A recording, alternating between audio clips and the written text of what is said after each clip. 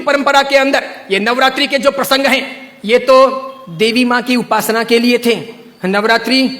पवित्रतम रात्रियां कही जाती है, पवित्रतम दिन कहे जाते हैं। यह आसो जो चैत्र महीने में आती है, यह साधना के लिए, मंत्र साधनाओं के लिए, ब्रह्मचर्य के लिए, सत्व को प्राप्त करने के लिए, इष्ट की सिद्धि के लिए, अंतरतम की शक्तियों को जगाने के लिए, कुछ अच्छा हासिल करने के लिए होती हैं। समझदार हिंदू और समझदार जैन श्रावक श्राविका और समझदार हिंदू और समझदार जैन साधु संत इन दिनों में साधना में बैठते हैं, मौन रहते हैं, ब्रह्मचर्य का परिपालन करते हैं और आगे बढ़कर के शक्तियों को साधते हैं। उस जमाने में देवी माता की आरती करना, घट स्थापना करना, देवी माता को रिझाना और पुरुष एक तरफ, महिला एक तरफ, महिलाओं की जगह में, पुरुष की जगह में, देवी माता को बीच में रख करके मात्र उनके हाथ से गरबे लें और इस प्रकार उनकी भक्ति करें। यह परंपरा थी नवरात्रि की। उसके बाद में मात्र गुजराती स्टाइल में डांडिया आए थे, तो बहनें बहनों में खेलती, बीच में देवी मां की स्थापना की जाती, पुरुष में खेलते और इस प्रकार नौरते रखते, नवरात्रि पालते, खान पान का ध्यान रखते। उन दिनों में कोई शराब नहीं पीता, गुटखे नहीं खाता, चाय तक नहीं पीता, व्यसन नहीं करता, अलग अलग शयन करते, पति पत्नी अलग अलग रहते, ब्रह्मचर्य की साधना करते, संपर्क नहीं करते, शुद्धता प्राप्त करते और इतने सारे भोग विलास की जिंदगी के बीच में, इतने सारे विषय वासनाओं के बीच में कोशिश करते कि कुछ दिन पवित्रता के साथ बिताएं ताकि देवी माताओं के सानिध्य प्राप्त करके हम शक्ति संपन्न बन सके, उनके आशीर्वाद अपनी जिंदगी में फल सकें। गरबे गई, फिर डिस्को आया, नाना प्रकार के धुने आई, नाना प्रकार के गायक आए,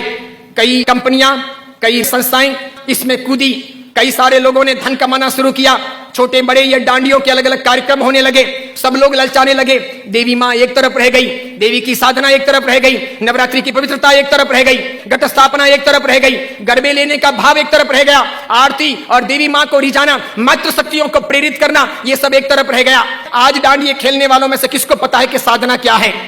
ब्रह्मचर्य क्या है, ये क्यों है नवरात्रि, इसका हेतु क्या था, इसका रीजन क्या था, ये क्यों खेलनी चाहिए या नहीं खेलनी चाहिए, तो क्यों नहीं खेलनी चाहिए। मेरा ही नहीं, भारत के कई सारे अखबारों का, कई सारे समाजविदों का,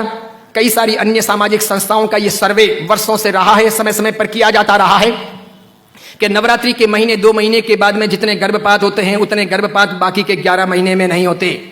तो ये व्यभिचार नहीं है तो क्या है, ये दुराचार नहीं है तो क्या है, ये जीवन की भ्रष्टता नहीं है तो क्या है। इस बात पर मैं कुछ वर्षों पहले बोला था, अभी किसी ने वो वीडियो वायरल कर दिया और उस वीडियो को लेकर के अखबार ने लिखा। मैंने कहा जो सच है वो सच है कि हम अपनी साधनाओं को बचाएं, बेच ना दें। हिंदू धर्म की परंपरा हो कि जैन धर्म की परंपरा हो, कोई भी उत्सव महोत्सव हो, मैंने समय समय पर यह भी कहा था, गणपति अगर हिंदू धर्म के देवता हैं और गणपति के महोत्सव अगर मनाए जाते हैं या उनका आराधन अगर किया जाता है तो उसमें कहीं जुआ नहीं खेलना चाहिए, शराब नहीं पीनी चाहिए, गणपति के नाम पर तमाशे नहीं करने चाहिए, लड़कियों के साथ में नाच गान नहीं होने चाहिए, गणपति लड़कियों को छेड़ने के लिए महोत्सव के तौर पर नहीं आ रहे, लड़कियां अपनी जगह पर हो, पुरुष अपनी जगह पर हो, वहां शराब नहीं पी जानी चाहिए, उनके पैसों का प्रपंच नहीं होना चाहिए, गणपति को सेलेबल नहीं बनाया जाना चाहिए। हिंदू धर्म अगर इन चीजों को नहीं संभालता है तो धीरे धीरे भारतीय संस्कृति का विनाश होगा।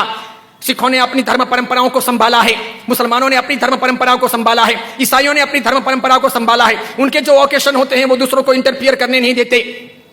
वो उसमें घालमेल नहीं करते। हिंदू और जैनों को इस बारे में सावधानी रखनी आवश्यक है। कल ऐसा ना हो जाए कि पर्युषण महापर्व के दिन आए या राखा तीज का दिन आए या कार्तिक पूर्णिमा का दिन आए और कोई उसे किसी प्रतिष्ठान के नाम पर प्रोजेक्ट कर ले कि चलो अब महोत्सव को इस प्रकार मनाएंगे, उस प्रकार मनाएंगे, तो 25 साल 50 साल के बाद में ऐसा हो सकता है कि हमारे होली की आराधना या हमारे पर्युषण महापर्व की आराधना का रूप रंग बदल जाए। जैसे मैंने नहीं कहा था कि मात्र संगीतकारों को बुला करके हम 9 दिन की भक्ति रख लें, सुबह भी भक्ति, रात को भी भक्ति, ठीक है, और इस प्रकार पर्युषण आगे बढ़ जाए और अच्छी खासी संख्या के अंदर वे आधुनिक संगीतकार आधुनिक धुनों पर बहुत गाएं और नौजवान लड़के लड़कियों को मजा आ जाए, सब वहीं पर जाएं। तो 10 साल 15 साल तक अगर ऐसा चले तो आज एक ने किया, कल दूसरा करेगा, परसों तीसरा करेगा, अब चौथा करेगा, धीरे धीरे साधुओं के व्याख्यान में कोई नहीं जाएगा, पर्युषण महापर्व के प्रवचन एक तरफ रह जाएंगे, कल्पसूत्र जी हवा खाते रह जाएंगे और पर्युषण का रूप बदल जाएगा। ये नहीं हो सकता, ये नहीं किया जाना चाहिए। मैं इसलिए कह रहा हूं कि मेरी जिंदगी तो बहुत छोटी है, मैं तो कल दुनिया से चला जाऊंगा, लेकिन भगवान के शासन की परंपराएं नहीं मरनी चाहिए, हमें उन्हें जिलानी होगी। हमारे बच्चों को ये पता नहीं, उनको तो क्या है, नाचना गाना कूदना घूमना फिरना अच्छा लगता है, उन्हें सामाजिक प्रतिक्रमण ना अच्छे लगे, बिना पंखों के रहना उन्हें ना अच्छा लगे, लेकिन जरूरी यह है पर्युषण महापर्व की पूरी प्रक्रिया, उसकी साधना की सारी व्यवस्था समझी जानी चाहिए और इसीलिए हर बाबत के अंदर सावधानी आवश्यक है। हमारा यह वीडियो अगर आपको पसंद आया हो तो उसे लाइक कीजिए, शेयर कीजिए और आचार्य विमल सागर सूरी जी के नाम से चल रहे हमारे चैनल को सब्सक्राइब कर उसके पास रहे बेल के बटन को क्लिक कीजिए ताकि हमारे नित नई वीडियो को देखने का आपको अवसर मिल सके।